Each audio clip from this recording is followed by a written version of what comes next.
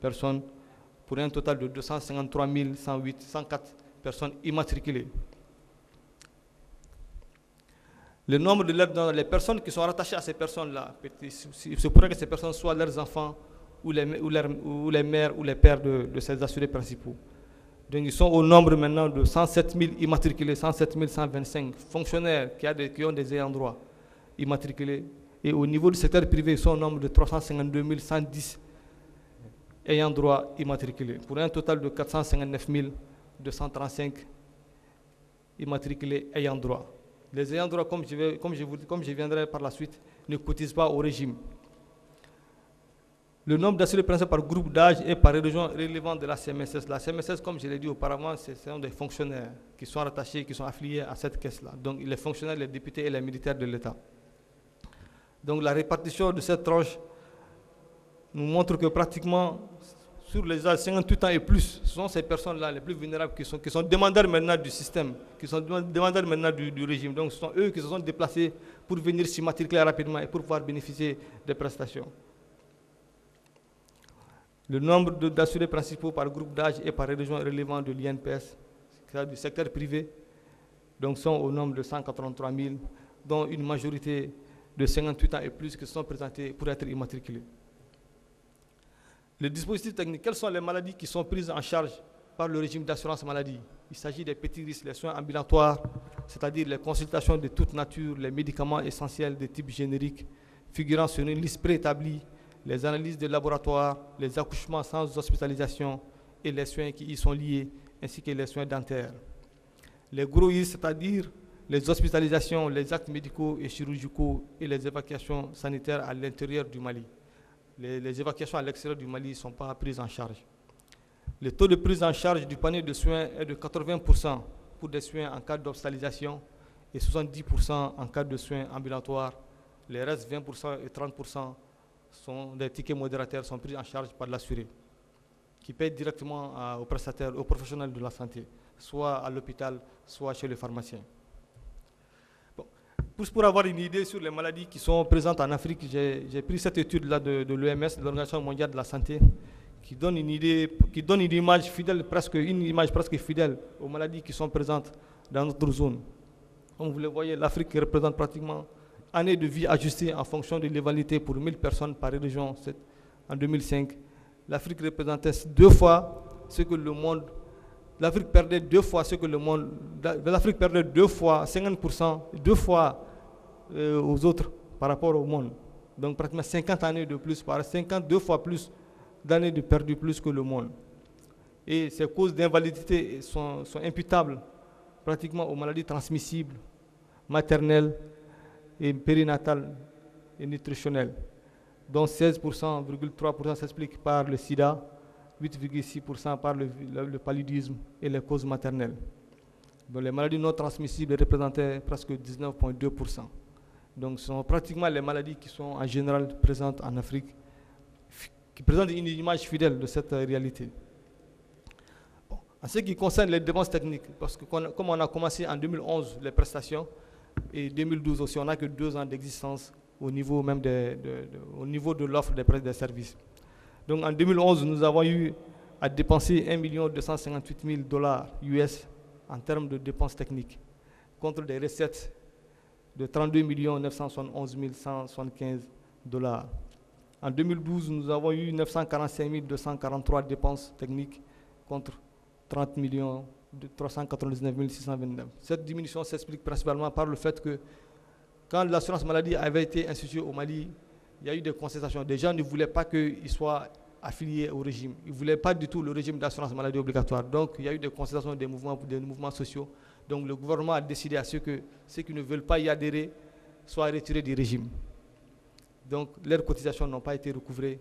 Et ce qui fait que la baisse, on a eu une baisse des cotisations et une baisse aussi des dépenses. Parce que si vous êtes retiré du régime, vous ne pouvez pas bénéficier des prestations liées au régime. Comment est financé le régime d'assurance maladie? Comme je suis acteur aussi, le mode de financement du régime d'assurance maladie obligatoire au Mali est retenu par le gouvernement n'est pas clairement défini. Cependant, il n'est pas totalement par répartition pure et ni un financement par capitalisation. Il se situe entre un financement par répartition et un financement par capitalisation. En effet, le décret numéro 9 permet la constitution de 3 réserves représentant quelques années de prestations afin de protéger le régime des fluctuations économiques. Selon ce décret, sont constitués et maintenus par la Caisse nationale d'assurance maladie les fonds de réserve suivants. Une réserve de trésorerie dont le montant ne peut être inférieur à la moyenne trimestrielle des dépenses constatées au cours des 2 derniers exercices. Une réserve de sécurité qui doit rester au moins égale à la moyenne semestrielle des dépenses techniques constatées au cours des 2 derniers exercices. Une réserve technique qui ne peut être inférieure au montant des dépenses constatées au cours des 3 derniers exercices. Malgré la constitution de ces différentes réserves, la principale source de financement demeure les cotisations des travailleurs et des employeurs. Par conséquent, l'évolution financière du régime d'assurance maladie du Mali dépendra donc non seulement des rendements obtenus sur les marchés financiers, mais surtout des changements démographiques ou économiques qui peuvent avoir des répercussions sur le marché du travail et sur la masse salariale assujettie aux cotisations. Après les études ont fixé les taux de cotisation à 11,79%. Donc le gouvernement s'est assis avec les partenaires sociaux pour répartir maintenant ces taux entre les différents partenaires. Il a été retenu que le taux de cotisation des fonctionnaires civils et militaires, des travailleurs salariés et parlementaires soit fixé à 3,06% de la rémunération totale. Les pensionnés à 0,75% de la pension, l'État à 4,48% des rémunérations versées, les employeurs privés à 3,5% des rémunérations versées. Comme vous pouvez le voir, tendance de variation de taux de fonctionnaires de l'État par tranche de cotisation. Comme vous pouvez le constater, presque 85% des fonctionnaires au Mali cotisent entre 0 et 35 $ par mois, des cotisations mensuelles individuelles entre 0 et 35 $ par mois. Et tout le reste se partage. Et les 15% sont considérés comme des gros contributeurs qui cotisent au-delà de 45 $ jusqu'à 115 $ au maximum. Les statistiques descriptives sur les cotisations des fonctionnaires de l'État. Ces chiffres sont en dollars US, comme il est mentionné. La cotisation minimum individuelle, ça avoisine à peu près $1, $1,5 par mois, individuel, minimum. Le premier quartile qui donne pratiquement une image de 25% des cotisations, 25% des cotisations sont presque inférieures à $5, presque inférieures à $5 par mois. 50% des cotisations aussi sont inférieures presque à $8 par mois. La moyenne de cotisation se situe entre $9 et $10, dépendamment des mois. Et 75% des cotisations, en fait, sont inférieures, sont inférieures ou égales à $11, 11 $ exactement. La cotisation maximale, pratiquement, va de $200 à $700 par mois, dépendamment du salaire. La variation tendance de variation du taux de change de retraité de l'État par tranche de cotisation. Comme vous pouvez le constater, presque un peu plus de 50% des retraités cotisent entre $0 et $1 par mois. Donc, comme je vous ai mentionné auparavant, leur taux de cotisation est de 0,75% de la pension versée. Donc, ils contribuent modestement au régime. Mais ce sont eux-mêmes qui représentent la plus grosse part des dépenses. Si on regarde les gens qui sont venus s'immatriculer et aussi des gens qui sont consommateurs du régime. Pour les statistiques descriptives, ces chiffres sont assez modestes pour être représentés. Donc, la cotisation, pratiquement 75% de leur cotisation, des cotisations des retraités, n'atteignent pas $2 par mois. Donc, c'est des contributions tout à fait modestes et symboliques. C'est ce que le gouvernement avait retenu, vu l'État, vu la modestie des pensions des retraités au Mali. L'efficience de notre système de santé. Comme vous le savez, c'est un système qui ne touche pas pratiquement toute la population malienne. Donc, il va falloir que d'autres mécanismes continuent à exister, que le gouvernement mette en place d'autres mécanismes pour couvrir l'ensemble des citoyens. Donc, la mise en place de l'AMO et du régime d'assistance médicale constitue une des réformes les plus importantes engagées par notre pays en matière de protection sociale. Cette réforme sera consolidée par l'appui à l'extension des mutuelles de santé afin que tous les Maliens disposent à terme de mécanismes de protection sociale contre la maladie. En fait, parallèlement à l'assurance maladie obligatoire, il a été mis en place aussi un autre régime d'assistance médicale qui couvre pratiquement tous les indigents au Mali. Tous ceux qui ont un revenu inférieur à $1 par jour sont pris gratuitement en charge, sans contribution de leur part. Sont pris dans n'importe quel hôpital au Mali et dans n'importe quel centre de santé de référence au Mali. Et c'est un régime d'assistance médicale pour l'ensemble de cette couche-là. Et parallèlement à ça aussi, le gouvernement aussi encourage, parce qu'il y a des mutuelles qui existent au niveau des corps, de certains corps professionnels, comme chez les agriculteurs, les industriels aussi. Donc le gouvernement encourage la mutualité, les mutuelles qui prennent en charge ces groupements. Donc je vous remercie de votre attention.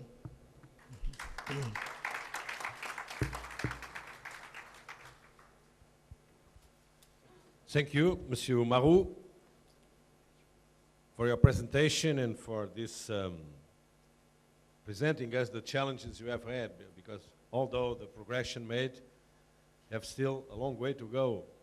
But that's good to know that you are committed to that solution, and that you involved also different solutions like the mutual benefit societies that can be of help for certain groups of the population. But now the floor is up to you. So please, if you want to raise any questions to one of our participants. Yes?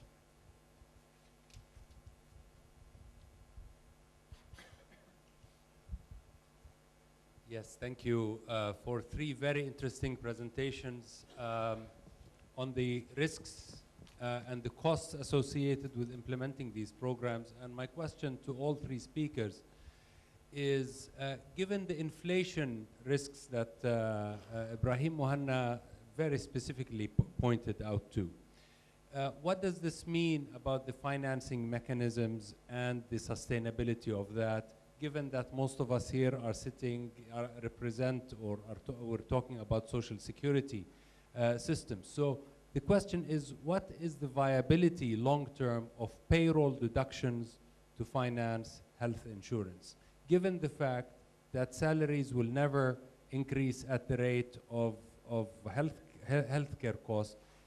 How much should we rely on salaries and payroll contributions as a mechanism to finance it versus general taxes?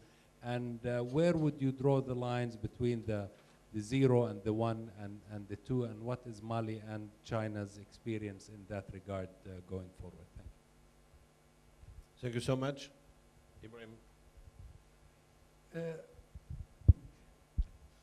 Thank you, Dr. Azaz. Actually, the proposed, I waited for this question. The proposed solution really is to break down the financing into 2. One is a pay-as-you-go system to cover the healthcare for the actives and their dependents, and a pre-funding mechanism to cover healthcare for the elderly. And this is where we are showing that it is unsustainable to think about the elderly at a later stage. You have to think about them now. The best example is what we call, in accounting term, not actuarial term, implicit debt. The US implicit debt for their Medicare, Medicaid is $73 trillion. How are going to finance it? It is completely unfinanced. Are they going to really let people die at the doors of hospitals? They will not be able to all of a sudden provide health care in the future. So in our countries where we have young population, we are still able to start funding for them. The way we fund for pension is it's a future promise. That future promise somehow have to be financed from now, because the ability to pay for it in the future, it's impossible. So I'm suggesting a finance mechanism on the active, on a tax-based system, which is reasonably growth with economic growth. However, the elderly should be pre-financed in a funding mechanism. Mr. Wong, do you want to make a comment on this?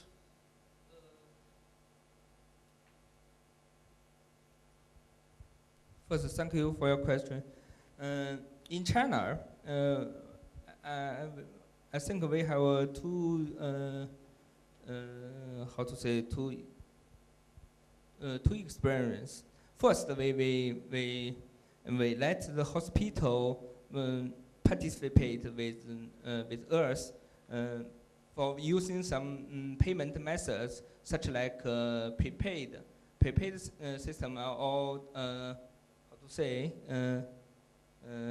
the total controls system, like the hospital to reduce some health cost in some way, and for the other side, it's for we make the more young people to fill in the system. It may also reduce some financial costs, I think. This is, yeah, thank you. Monsieur Marou? Merci pour la question. En fait, au Mali, présentement, nous sommes en train d'étudier pratiquement plusieurs mécanismes de financement. Parce que pour le moment, comme on vient juste de commencer, on a que maintenant, comme je l'ai dit, la principale source de financement demeure aujourd'hui les cotisations et les cotisations des employés et des employeurs. En fait, il y a des partenaires comme le Fonds mondial qui finance beaucoup dans la santé au Mali, et aussi des partenaires, beaucoup de partenaires aussi financent le système de santé au Mali aussi. Donc parallèlement au financement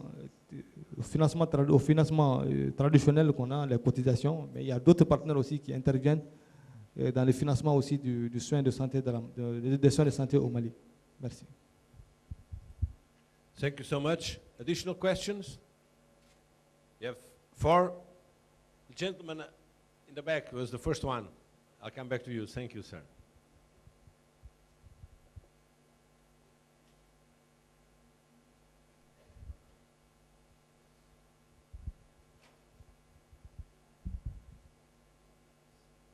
نبيل سمعان، الصندوق الوطني للضمان الاجتماعي في لبنان.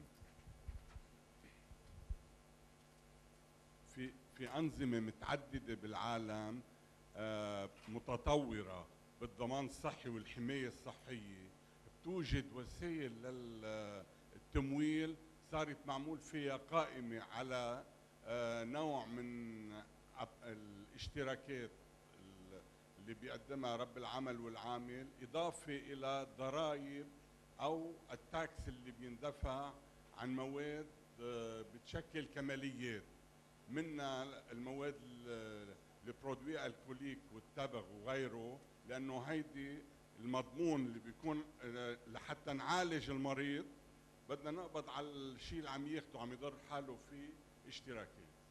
لذلك هيدي الأنظمة لازم نهتدي فيها لنشوف كيف الطريقة لنمول، لأنه الدولة بطريقة غير مباشرة لازم دائما تساهم بتمويل الضمان الصحي، لأنه هيدا مشروع متكامل في عرض وطلب، وهالطلب لازم تكون العرض والطلب متحكمة في سياسة الدولة العامة اللي هي العناية الطبية لكل مواطنينا.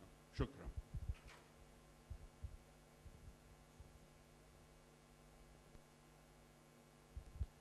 Thank you so much for your comment and suggestion. I didn't find any question, specific question. So please, this gentleman here in front.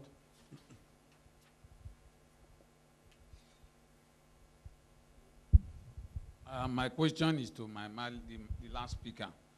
I wanted to know whether when they were conceiving their health insurance plan, were they actually targeting just the formal sector, or they were moving as a stage towards universal health coverage? Because in most African institutions, that target group in the formal sector had always had access in one form or the other to healthcare.